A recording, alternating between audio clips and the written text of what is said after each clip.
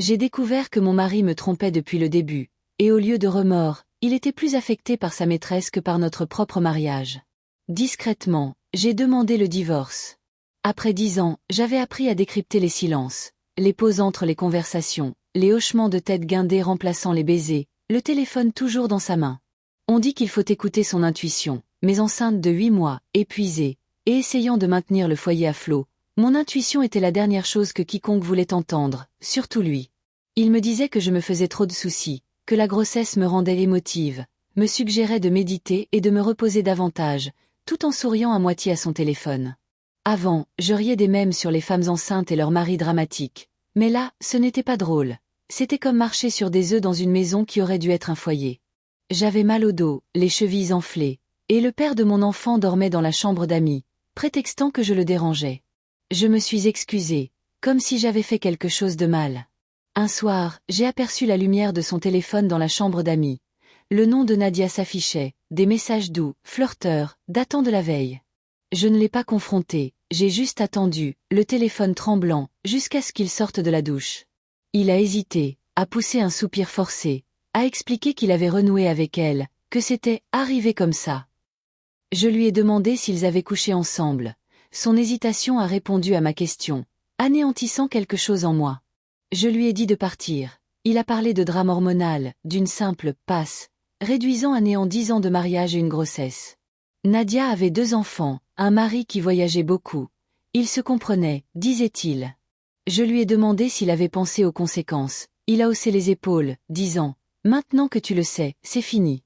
Consulte un psy, si ça te dérange. » Cette nuit-là, je suis restée éveillée, enceinte de 33 semaines, anéantie, liée légalement à celui qui me voyait comme un obstacle.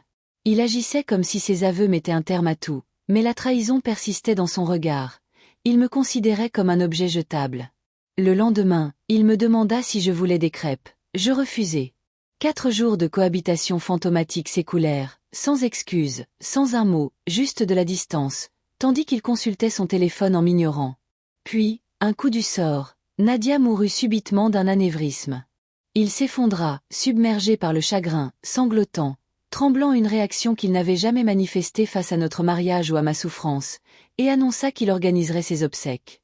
Je ris de son culot, lui rappelant que j'accoucherais dans 7 jours, le ventre gonflé, épuisé, et que j'aurais besoin de lui. Il insista, disant qu'1 jour ou 2 de plus ne lui ferait pas de mal. Je lui rappelai qu'elle avait un mari, des enfants, des gens qui ignoraient sa trahison.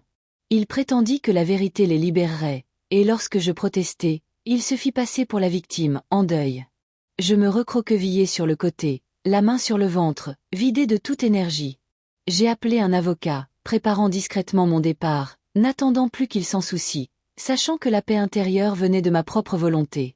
2 jours plus tard, il a installé un autel avec sa photo et des bougies, tandis que je coordonnais les accouchements et les tâches liées à la maternité. Il a traité ses funérailles comme un rite sacré qu'il avait mérité, tandis que je gérais seul mon accouchement imminent. Il était obsédé par ses chansons et ses plages préférées, tandis que je me préparais à la naissance. Le matin du travail, je tremblais, tout était flou, le plafond stérile, les alarmes, les infirmières, puis le silence. Notre bébé n'a jamais pleuré, emporté par un rare décollement placentaire.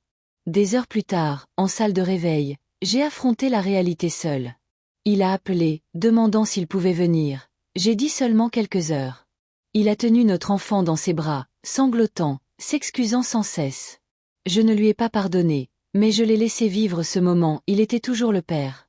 J'ai donné à notre fils un nom plus simple, plus réaliste. Il m'a demandé si je rentrerais à la maison. J'ai demandé ce que signifiait rentrer à la maison maintenant. Il a dit que ça pouvait être nous. J'ai demandé pourquoi il avait fallu la mort pour le réveiller. J'étais épuisée, à bout de force, refusant de porter sa honte. 2 semaines plus tard, le divorce était prononcé à l'amiable, dans le calme et la dignité. J'ai déménagé, cessé de me démener, arrêté de me justifier, et choisi la paix plutôt que le pardon. Je me rends chaque mois sur la tombe de mon fils, j'y apporte des fleurs sauvages, je lui parle, je lis, je respire. Le chagrin s'est transformé en brouillard, parfois dissipé, parfois persistant, et j'ai appris à vivre avec. Le pardon n'était pas le but, mais la paix. Il porte la responsabilité de ses choix. Je porte la mienne. On me demande si je regrette le divorce ou la perte d'un enfant. Je réponds non, j'ai continué à me lever, à affronter ma vie. La vie n'a pas besoin de poésie. Parfois, elle fait juste mal. La guérison est un processus silencieux, et il est permis de partir sans faire de révérence. J'ai retrouvé ma dignité, et même dans le pire des cas, l'amour est resté gravé dans ma mémoire.